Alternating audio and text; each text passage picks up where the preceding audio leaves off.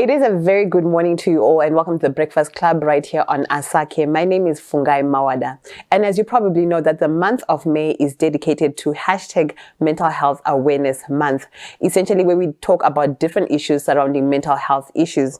Zimbabwe currently is ranked 34th on a list of 182 countries in terms of suicides committed by people, with men at 20% on that list, while women are at 8.8% on that list, which is absolutely worrying. So to help me talk more about mental health issues, particularly with a focus on men, I'm joined this morning by Zibusiso Munandi, who himself has been diagnosed with depression as well as PTSD. He currently runs a platform known as Abangane, a mental health support group. Good morning, Zibusiso, and thank you so much for coming through. Thank you so much for having me, Fungai. All right, first of all, I'd like to say that you're a very, very brave young man. I follow you on social media, and I feel it's encouraging and it's really refreshing to find what young people are involved in mental health issues. So kudos to you for being brave. Kudos to you for speaking truth towards mental health issues. So maybe just a brief background on who is Zibusiso. So Zibusiso is a mental health advocate who is based in Bulawayo, Zimbabwe. He's the founder of Abangane Platforms, a mental health support group that is based also here in Bulawayo. Okay, so tell me about your history growing up. What led to your diagnosis essentially with depression and PTSD? Thank you so much once again for having me. When I was at the age of 15, I went through sexual exploitation. And when I went through the sexual exploitation, I started to find validation from old men per se, because I was exploited by a man. And when I went through that, I was also going through physical abuse because I was trying to discover why I'm so different, why I'm so creative, why I'm so young and energetic. When we are looking at sexual orientation and gender identities. So even the bullying at school, that's when I began to feel lonely. That's when I began to feel like I'm segregated by the world. That's when I felt like I'm not needed in this world. And that's when I developed stress, I developed pain in me, fear, frustration. And I think that's when I started to be feeling depressed. That moment, I wasn't going through a diagnosed depression, but I could tell with the signs that I was having. Looking at, I once threw myself in a pool, in a 6-foot pool, and I wanted to let go of the pain that I'm feeling in the inside, the confusion that I'm having. Why did this happen to me? Why am I going through such problems? That's when I saw that I've got suicide ideations, and I thought of reaching out to a counselor. And she said, what you're going through is bigger than I can handle. You need help. I tried going to counselor because I was going through nightmares. I was going through hallucinations. I remember the moments when I would scream in the middle of the night because I'll feel like that person is coming and attacked me again.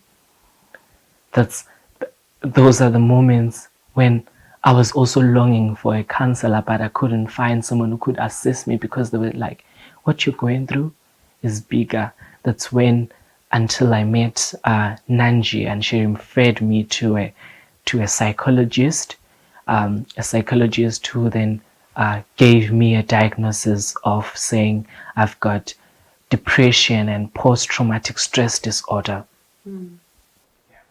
All right, so since that diagnosis of depression and PTSD, because it's one thing for you to feel things on the inside, but to now have a definition of what you're feeling and what you can do to treat that, how has your life been so far? So life is difficult. As someone who has got depression, life is not the same with someone who is struggling with trauma. Because I'll give you examples. I'm struggling with hallucinations. You know, in the middle of conversations, I start seeing stars. I start seeing that people want to attack me. I start getting frustrated. I start having those breakdowns. life is not the same as I can say, even when I've gotten the diagnosis, because I now know what I'm going through, but that doesn't mean that you're cured. I'm cured. There's a need for me to attend sessions. There's a need for me to attend therapy. And so another thing that makes me realize that life is not the same is when I'm walking, I feel like someone wants to attack me. That's trauma that I'm dealing with. You know, headaches. Sometimes I feel headaches. When I'm coming, let's say, for an interview like this, I start feeling so much pain in the stomach because of anxiety. I remember when I was talking to you, I thought of saying no, because the anxiety in me, I'll be now worried. What will people say? Because people stigmatize mental health. People discriminate mental health. Because, again, I've seen myself losing friends ever since I started talking about mental health. People say you're sharing your emotions, what you're going through, and we don't want to associate with that kind of a person. You're open about yourself, and for me, it's all about creating awareness about mental health, and that way people will be like, no, you don't need to talk about that. You need to try to deal with yourself. You need to keep those emotions with yourself. And one thing that I've said to people, you don't know that I'm dealing with suicidal ideations. And people confuse suicidal ideations. They feel like when you say, I'm suicidal, I want to commit suicide. No, it's a symptom of a mental health condition. Sometimes I get it, sometimes I don't. So it's all happened with triggers. There's something called triggers. People can be a trigger for me. The way if you say certain things about my condition, you can be a trigger. If I remember 1 week back I had a trigger where I was in a road, and I was thinking, like, as I was crossing, I thought that car was hitting on me. So I was in a moment of hallucination and trigger. I don't know how I jumped and screamed. And people were like, what's going on? You know, for me, it's the instability of mental health state. Because I should be a strong guy going in town, crossing robots, without worry. I should be, for a good mental health state, I should be someone who can walk in the bush as a guy and not feel anxious. But because of what transpired and now manifesting into my adult being is now causing me to have an unstable mental health state. So I've always said to people, if you don't deal with your past, it will deal with you in your present, and it's going to affect. And this is what I'm seeing as a person now, because it's also affecting my schoolwork sometimes, because sometimes I just get tired, I get fatigued, because my brain is always worried. You are not at rest. You're always worried about, am I gonna get abused again? Am I gonna experience, so that it affects your daily living, even my relationships with the people that I can say dating. Sometimes I feel like when even we are playing, I'll be feeling like this person is now attacking. I get angry, having anger issues, it affects your way of living. And now the biggest one is going through memory loss. Sometimes I forget that I have switched on or switched off the stove whilst I'm 10, and maybe I'm 2 kilometers away from home. And I would have switched off, but that confusion that comes with me makes me worried, get confused, and it affects my day.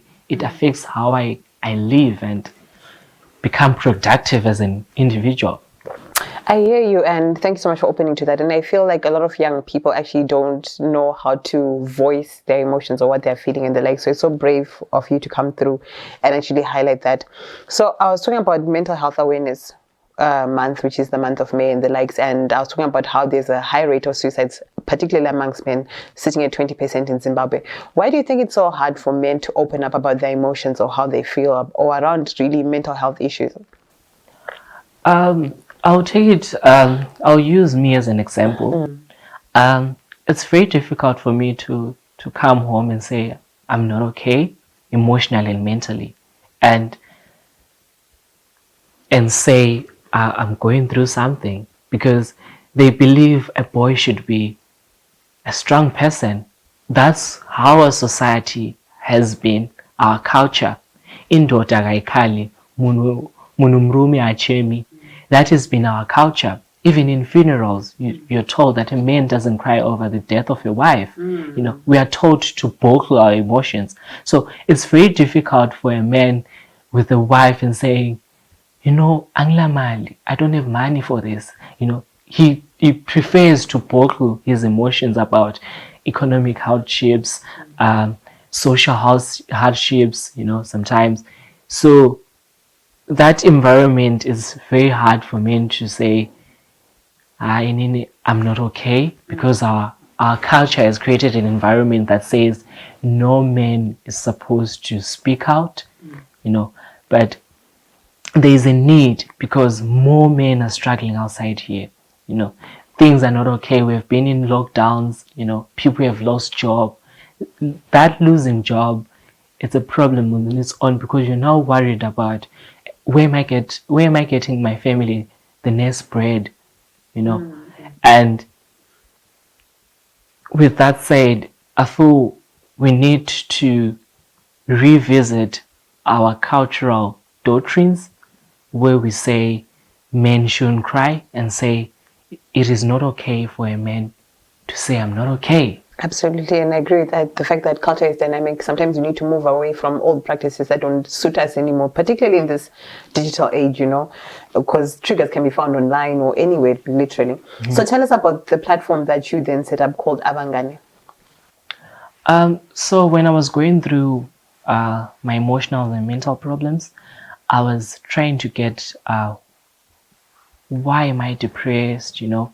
So I'll do these Facebook, Instagram lives, and just talk about my emotions, you know, and say today I'm feeling this and everything. So then I approached Manta Temlochwa, who is my mentor, and she gave me Zenani Masugu's number, and then that's when we started to work on an outreach program. That's on the outreach program. That's when I saw the need for these particular dialogues, because that's when people were talking about themselves going through drug addictions, people talking about body positivity. That's when I saw that young girls, they go through sexual and emotional and mental exploitation, and they don't know where to find support. That's when people said, Mr. Munandi, we need this kind of a platform. Can you create a WhatsApp group? That's when we created a WhatsApp group. That's when we started to have our online dialogues, where we were talking about mental health, and people still wanted mental health dialogues physical, but because of COVID, we had to do them online. But people will tell you that I've got a particular issue that I can share in a WhatsApp group, but I would have loved to share it in person.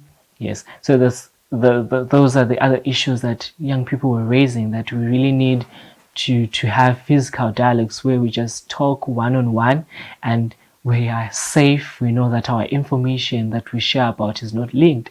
And even on that platform, you'll see that people long for a ear, because someone will say, my husband is beating me at home. What do I do? Someone will come through and say, my father is bullying my mom. My father is doing this. You will see young people saying, I'm struggling with suicide ideations. Still went into us online. And when the government said we are now easing the lockdown, that's when we started to do physical dialogues, and we have managed to go in communities with our capacity as in trust and with other non-governmental organization that focuses on mental health. All right. So Bulawayo is home to the largest central hospital in terms of mental health, which is Ingutsheni. Well, tell us about some of the work that you're doing there. So with Ingutsheni, on December, we did a Santa secret project where we collected clothes from the general public and we handed them to the hospital. And one thing that I realized there when I was doing the donation was people there need love. They need kindness. They need people that can just go there and show them compassionate, because these people are segregated by the society. These people are stigmatized. The hospital needs on. I take myself as an experience again. That's why even when I was doing the donation, I was like, I need to do this donation because I saw how people treated me when I mentioned the hospital. And I see the kind of environment that these people need clothes, that these people need their needs that they have. So that's why we thought of having a donation there. And then we're also planning on doing a winter clothes collection where we're calling out for people to donate to these people for clothes. Because one thing that I was told was these people, they are rejected by their families. These people are neglected by their families. So sometimes for the hospital to be able to fully capacitate everyone is very difficult. So that's why we're doing this call that we'll be launching this week. So we are calling for people to say, come in with clothes, with your jackets that you no longer need, and give to these people because they will go a long way. Because it's winter, these people will be feeling cold. A hospital is not a nice place, but it can be a nice place when you are feeling warm, when you are feeling comfortable. Yeah. Absolutely. So what advice would you give to fellow young men who are going through different things? Because like you said, mental health is not just about depression. There's so many phases under there, PTSD, anxiety, and so many other things. What advice would you give to a young man out there who hasn't reached out for help? Because you said in your story that what helped you was that you always knew that you needed help and you end up reaching out for help. But for a young man who's entrapped in that cultural system of indoda mayiqine, a man must not cry, what advice would you give them? The advice that I can give to that young man is the problem is yours. It's not cooperative. It's not like a company. It's an individual. You need to look at yourself and tell yourself that I need this, which is help. And if it's coming from you and you're not looking at the other people around you, you're looking at yourself and saying, I really need this, and you create that inner spirit that says you need help, you need help. If you create that voice in you, it will beat the voices that you hear from external that says indoda mayiqine. But when you know you need help, you beat this thing that says Ingutsheni is a stigmatized and discriminated hospital voices. You say it's a space that I can get help, because Ingutsheni offers counseling, and people think it's just a mental health asylum that deals with crazy people. But no, you can go at Ingutsheni and receive your counseling. The same counselors that you find outside who are very expensive, you can find at Ingutsheni, and they can help you. So you don't need to stigmatize the hospital. You need to go in there and see a person who can assist you, walk with you after you've realized it as yourself. Because if you realize it yourself that you need help, it's gonna be easy for you to walk through the processes of getting the help. Absolutely. And then, of course, I couldn't resist but ask this. Your social media is very wild. You get a lot of, you're bombarded left, right, and center for the things that you write about and talk about. For someone who's been diagnosed with depression and PTSD, doesn't this affect you in a certain way? And the fact that you are also very expressive at the same time, how do you deal with that? So for those that don't know, I am a gender-based violence advocate, and I'm a gender ambassador recognized by Women Association of survivors of gender-based violence because of always speaking out about gender issues and sexual orientation issues. I'm always fighting about the stigma and discrimination and the homophobic and transphobic that people do towards the LGBTQI community, the sex workers, the disabled. So that's the advocacy and the activism that I do. And for me as a person, like I was giving an advice to a young man, it's what do you want yourself? If you know what you want as an individual, it's going to be easy to be able to, what do you call, like when people are saying certain things, you know, Uti, this is what I want. As for me, I know how it's like to be stigmatized. So if someone is putting out a negative comment, I won't live to that comment because I'm voicing out my anger towards perpetrators. Another thing, women also are perpetrators of gender-based violence and men. So knowing what I want and being focused keeps me on float, because those the comments that come sometimes, they're very toxic. Some even threaten to kill you. They're like, you know, we're gonna kill you for this. You know, I've been in clubs where people be like, this is the guy who always says we should normalize sex work. This is the guy who always talks about the LGBTQI rights, you know. But I don't just break because I found myself and said, this is what I want, this is what I believe in. If you get that as an individual, if you stand and say, this is what I believe in, this is what I want, it's hard for people to break you. It's like acceptancy. If you want people to accept you, accept yourself, love yourself. Because people come and try to poke you. And if you are pokeable, they will always poke you. But if you stand your ground and your values and your principles of non-discriminative and stigmatizing world, it's easy.